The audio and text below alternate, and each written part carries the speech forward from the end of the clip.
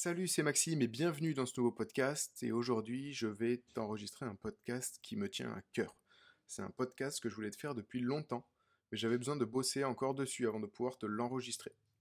Dans ce podcast, je vais te montrer le plan d'ensemble d'un business en ligne pour que tu puisses avoir une idée. C'est un plan très complet et c'est pas ce qu'il faut faire dès le premier jour où tu crées ton business en ligne. Tu vas voir, c'est comme si c'était plein de briques qui sont liées les unes avec les autres, mais tu n'as pas besoin de toutes les avoir pour commencer la construction de ton business.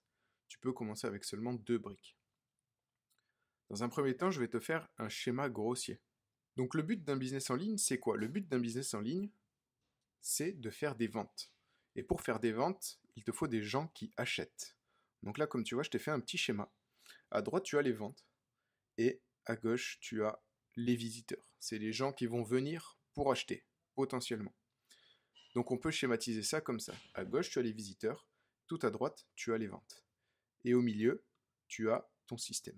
Les gens rentrent dans ton système et il en ressort des ventes. Donc les visiteurs, c'est ce que tu as en entrée, les ventes, c'est ce que tu as en sortie. Et au milieu, c'est ton business, c'est ton système. C'est ce que tu vas construire jour après jour pour convertir toujours mieux, pour vendre toujours plus, pour que tes clients soient toujours plus satisfaits. Donc toi, tu vas travailler sur la partie centrale, la partie du milieu.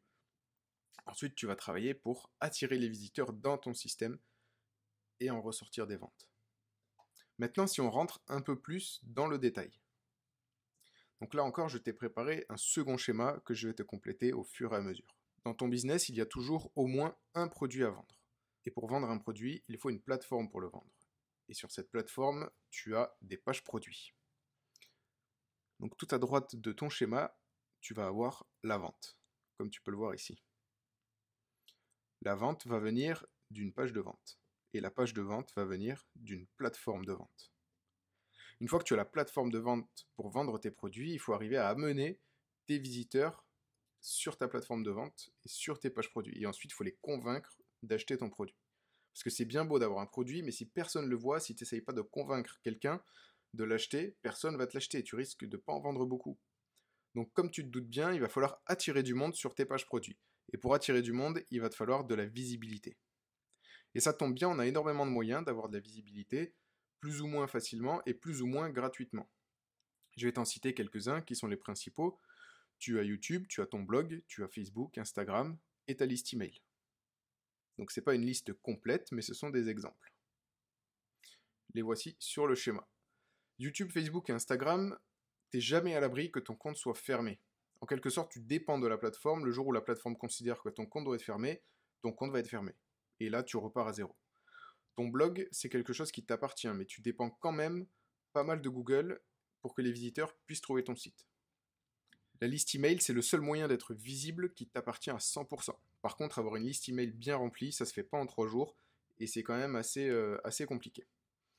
D'après moi, la liste email, c'est le meilleur moyen de communiquer avec son audience, mais c'est une audience qui est difficile à acquérir.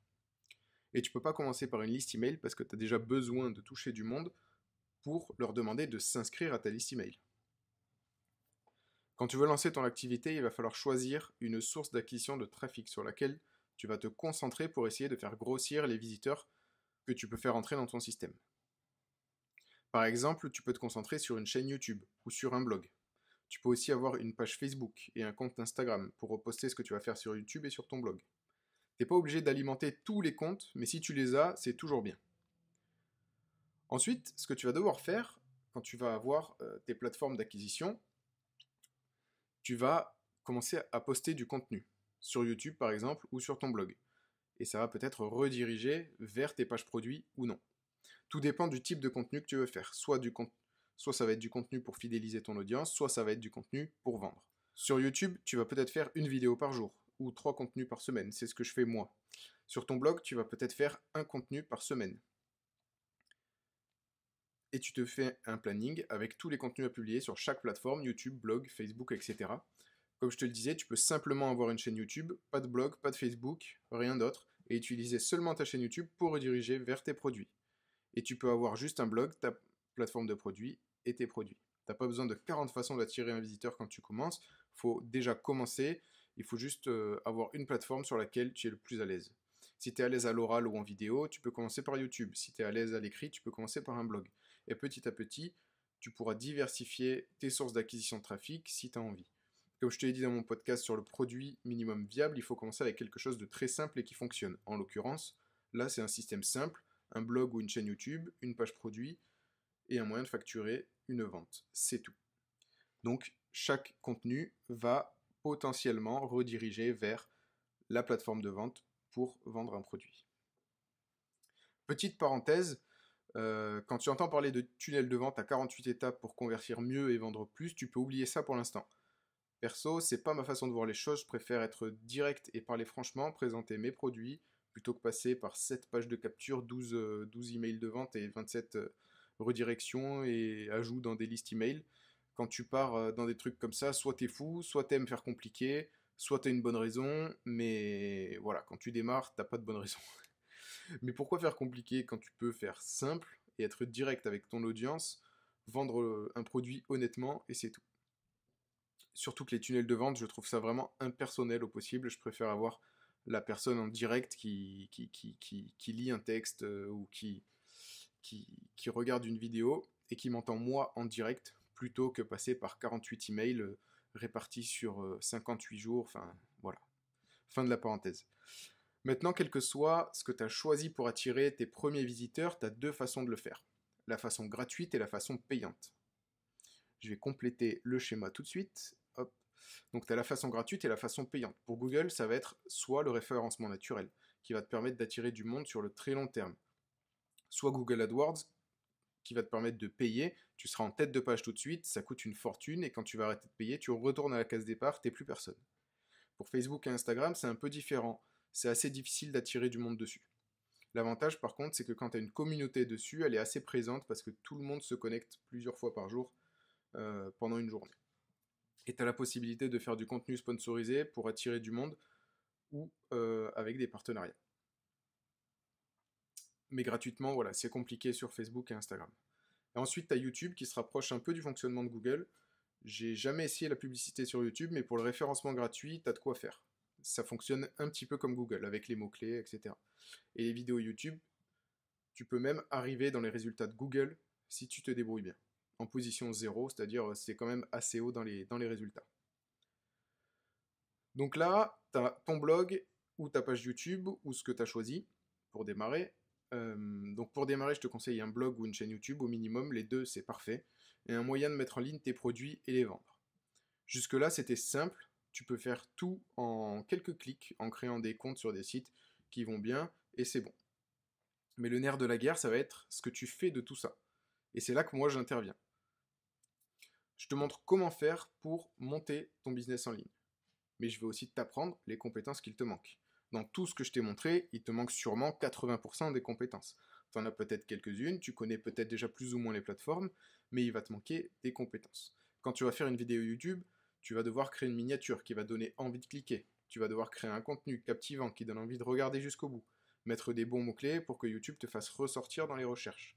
Idem pour ton blog, tu vas devoir apprendre à référencer ton site, créer du bon contenu et le référencer, faire monter tes pages dans les résultats de Google. Si tu utilises Facebook, tu vas peut-être vouloir faire de la publicité ou attirer les personnes ciblées.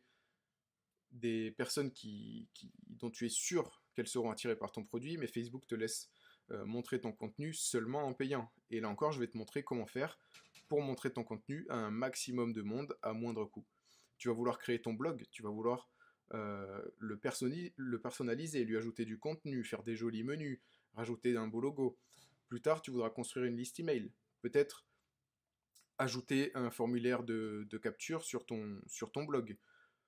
Tu vas vouloir une pop-up sur ton site pour capturer les adresses email. Tu vas vouloir que ta liste email se synchronise automatiquement. Peut-être que tu vas vouloir apprendre à écrire des emails qui captivent, des emails qui vendent, pour ne passer plus que par ta liste email une fois que tu auras 10 000 utilisateurs abonnés à ta liste. Et là, on se rapproche de la vente et du web marketing. Et c'est là que tu vas vouloir savoir ce qui vend, comment vendre le produit au bon client.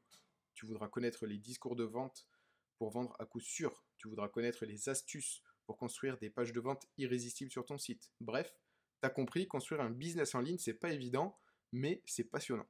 C'est un mélange de compétences de vente, de marketing, de compétences techniques et pas mal de débrouille et d'expérimentation. Et une fois qu'on est pris au jeu, je te garantis qu'on peut plus s'arrêter. Et si je te raconte tout ça, c'est pas pour rien en fait. Si je te raconte tout ça, c'est parce que je suis passé par là. J'ai aussi débuté quelque part et j'ai dû pas mal me débrouiller pour m'en sortir.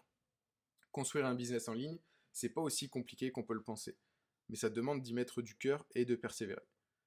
Tu peux faire ta première vente très très rapidement en ayant simplement ton produit en ligne et ton compte YouTube. Et ça, je peux te le garantir. Il faut démarrer petit et construire ton système au fur et à mesure et l'améliorer chaque jour. Tu vas démarrer avec une chaîne YouTube, ensuite tu vas construire ton blog et tu vas ensuite créer ta liste email. Tu demanderas à ton audience YouTube et aux visiteurs de ton site de s'y inscrire. Et ainsi de suite, jusqu'à arriver à un système complet dans lequel tu n'auras plus qu'à alimenter avec du contenu. Régulier ou non, ça dépendra de ta stratégie. Je mets en ligne du contenu régulièrement sur ma chaîne YouTube, je crée des formations dans les domaines que je t'ai cités plus tôt, publicité Facebook, référencement naturel, création de contenu YouTube, création de contenu texte. En fait, l'ensemble de mes formations va te permettre de créer ton business en ligne de A à Z. À l'heure où j'enregistre ce podcast, j'ai mis en ligne ma première formation sur le référencement naturel. Comment atteindre le top 5 sur Google pour être visible par tout le monde. Si tu écoutes ce podcast un moment après sa mise en ligne, le catalogue de formation sera sûrement bien plus complet. Et je te laisse regarder ça en allant sur mon site. Si tu es toujours en train d'écouter ce podcast, je te remercie d'être là et je te remercie encore plus si tu es abonné à ma chaîne. Laisse-moi un petit commentaire sous cette vidéo pour me poser tes questions, pour me dire quel sujet tu voudrais que j'aborde en vidéo ou en formation, tes blocages, tes peurs, tes problèmes. J'y répondrai, je serai ravi de t'aider, toi et tous ceux qui sont dans le même cas que toi. Merci de m'avoir écouté, c'était Maxime, ciao.